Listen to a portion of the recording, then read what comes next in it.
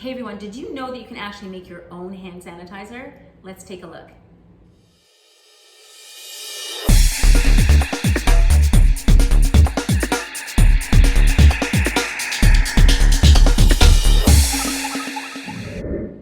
Hey everyone, it's Lindsay Martinez here, and we have something very, very important to do. We are going to make our homemade hand sanitizer because of the coronavirus and to keep your family protected. There's not a lot of places right now that are carrying the actual hand sanitizers because everybody's sold out. And sometimes the hand sanitizers have a few things in there that aren't so good. So we're gonna make our own really effective home hand sanitizer. And unfortunately, for me, I used to make my hand sanitizer with absolutely very little alcohol, if any, and I use that with essential oils because there's some very good essential oils that are antifungal, antibacterial, and antiviral. However, with the coronavirus outbreak, we want to add in that alcohol. And the Center for Disease Control says it needs to be 60% alcohol or greater. So we're going to use some alcohol today. And I'm going to show you how to make it right here in your home, cost effectively, and to make sure you are protected. So let's get right to it. What you're gonna need is aloe vera gel. Please make sure that your aloe vera gel is pure and there's nothing else in it.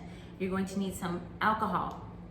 You're gonna need essential oils for the one that I'm making and some vitamin E oil to make sure that your hands don't get cracked. This coronavirus, we don't know much about it, but what we do know is that in the presence of alcohol, we're able to break down coating because it's an actual envelope virus, they're calling it, which means that there's a coating around it, and that coating can be broken down with alcohol, therefore not allowing that virus to survive. So really, really important to make this, and I want to tell you there's other ways to protect yourself. The other ways are washing your hands. This is not going to take the place of washing your hands. If at anything, at any cost, you can wash your hands with soap and water and rinse your hands well. It's 30 seconds, they say 20, but I would do it for 30. You wash your hands like this, you make sure you get in between your fingers and under your nails. Try and keep your nails short right about now. That would be a good thing. And then rinse and thoroughly dry.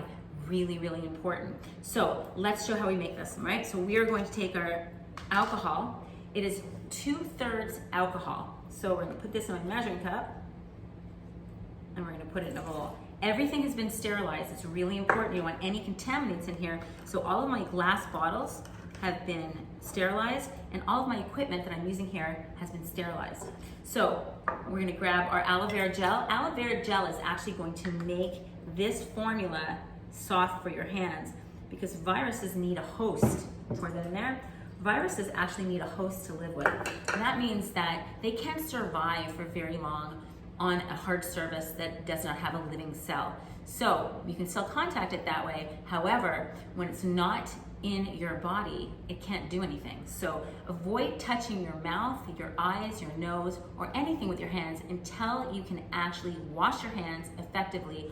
And if you can't wash your hands, this is the next best thing. So always have this on you. So we've combined our aloe vera gel and we've combined our alcohol.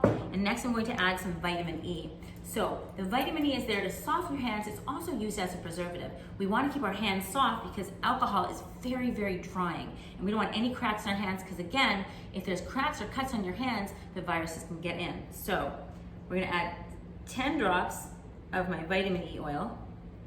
And don't worry about getting this precise. This is just to soften your hands. And you'll really feel the difference with this in there, okay? And then, very simply, we're gonna choose from what I like to use is the essential oils that have antibacterial, antiviral, and antifungal effects.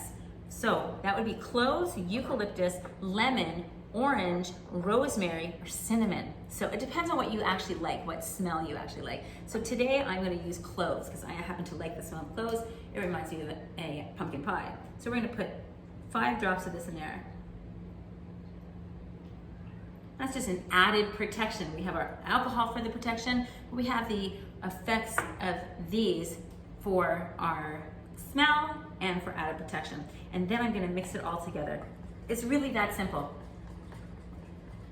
So we're mixing it all together. Really make sure you mix it. I'm using a wooden spoon. You can use a whisk too, that really helps. Good mixing here. Perfect, and I'm gonna pour it in here to make it easier to pour into my bottle. Now with the glass bottles, I put it in glass because plastic can carry germs, and glass, we know, we're protected once you boil this. Now, it's really, really important to label your bottle as hand sanitizer, because this looks kind of appealing, and for our younger ones, we don't want them drinking this because it is poisonous. So what we're gonna do here is that we're going to pour this in. This simple, guys. Excellent. We're gonna put our lid on it. We filled up the bottle. And bingo, you have hand sanitizer. Way to use this, we spray our hands everywhere, under our nails, and over our hands, and then rub your hands together. What you're gonna see is that this is like slippery because it's got all those yummy oils in it. And when it dries, you're gonna smell the alcohol initially, but when it dries, you're gonna smell that amazing cloves or the lemon or whatever your choice is. Now you can also add other essential oils to make sure that you enjoy the smell. And that's basically it, guys. Be protective, be preventative. It's really, really important. And enjoy. Any questions, please feel free to email me or please feel free to leave a message here. Have a beautiful day.